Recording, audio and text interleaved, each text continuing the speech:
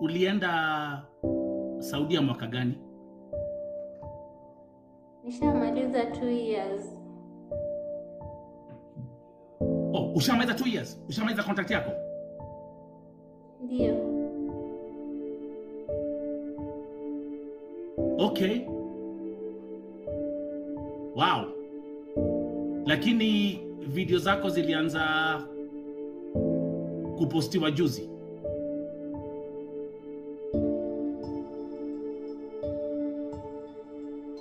Okay. First of all, I have to be very patient. I have to be very, very patient with this interview. Yes, Saidaki and Hang, so be patient.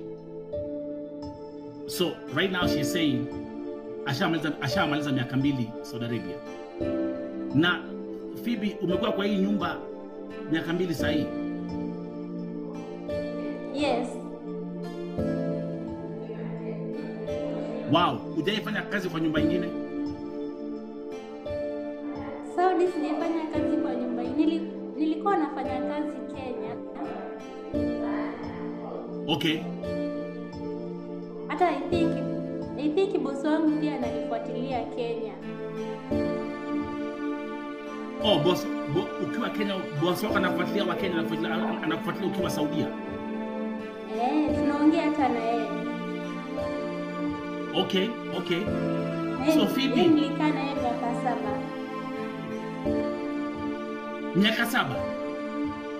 Ndio. Kwa nyumba moja. Wow.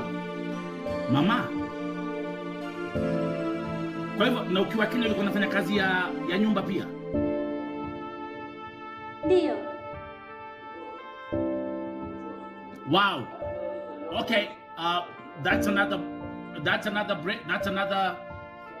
breaking update. She was working for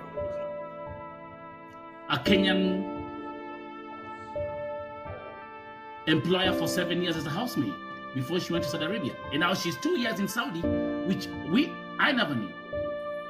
Kuna watu wengi walikuwa nasema ati Phoebe ati wewe ni jadidi Saudi Arabia, kumbe umekaa miaka 2. Yeah, nimemaliza miaka 2 kwa sababu wacha niseme kitu moja. Ongea mama. Nikiwa Kenya nilikaa kwa nyumba moja na huyo mama ananipenda sana. Okay. Ananijali, ni mzuri sana na mimi Yes. nampenda zaidi kabisa. Hata kutoka kwangu nilimwambia mimi ninafanyaje, yani niliona mambo na pesa ilikuwa iko chini, ilikuwa